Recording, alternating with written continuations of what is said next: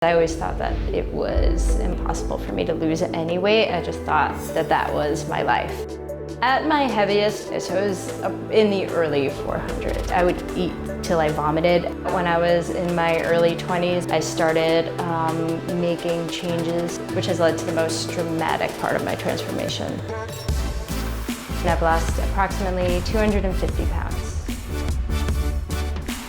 I always knew that I was going to have excess skin, but I didn't know to the extent that it would affect me. So this here is all excess skin from the weight loss that I'm going to have taken off. My surgery takes place in 6 days.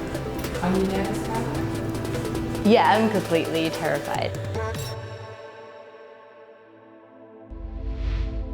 There's never not been a time when I wasn't overweight. I was told that I was morbidly obese in high school.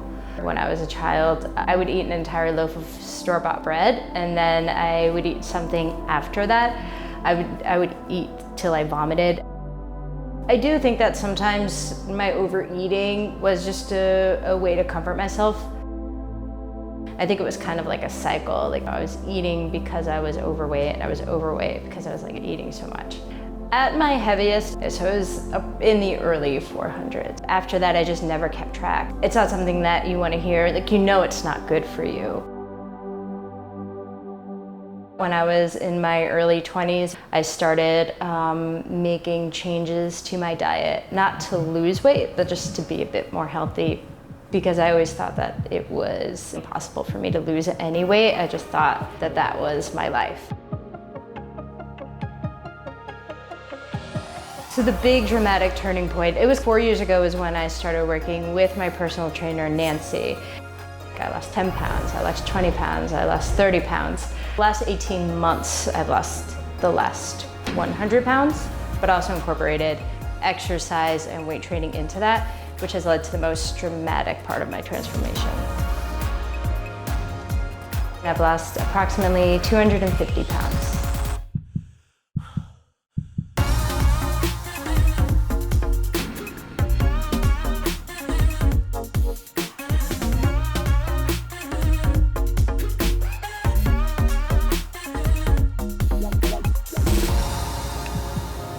When we used to train at the beginning, we were in the studio and you'd be like, I can't do this. And you'd be like, nope, nope. And you just kind of lunge and then you can't do it. And then now it's like, look at you, like doing all this in front of like all these people on the track in Williamsburg. It's amazing. You should be so proud of yourself. Yeah, a little. But I wouldn't be at this point right here. Like, don't listen to her, she's really humble. But I would not be at this point right now without having her there. So, yeah, she won't admit that, but it's 100% true. It would not even be a possibility, I think. So. Thank you. But yeah. It's a team. It's a team effort. It is a team effort.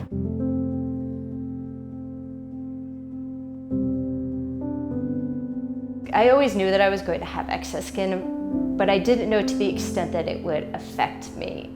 There was a particular moment where I just realized that this was not the feeling I expected to have.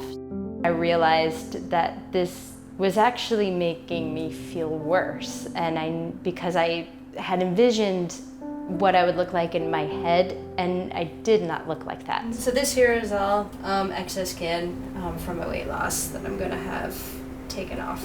They're removing, having all of my abdomen done from the bottom all the way up the top of my rib cage. My surgery takes place in 6 days.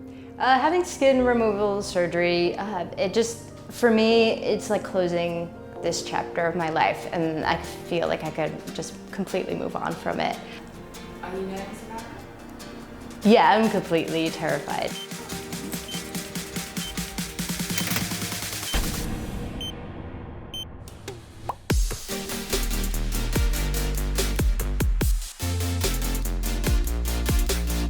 The surgeon estimated that he removed approximately 10 pounds of skin. When the bandages first came off, the first thing that I noticed was how completely flat my stomach was. Pretty much every morning when I wake up, the first thing I do before I get dressed is just look at myself in the mirror, because it's not so much an exciting thing for me as it is just kind of like a surreal thing for me to have none of that excess skin kind of just folded over. It's going to take me quite a while for me to get used to the fact that it's not there. It's kind of like how I have like kind of phantom fat where I still think that it's there, and then I'll just like sometimes rest my hands like on my hips and just be like, okay, like that's flat. It's still very weird to get used to.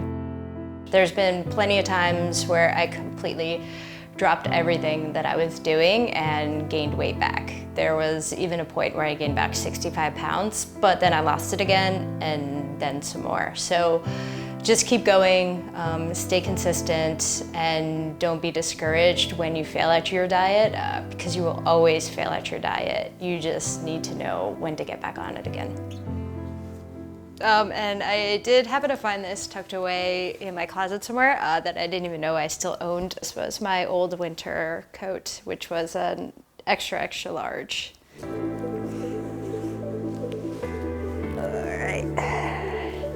Let's see if the buttons fit.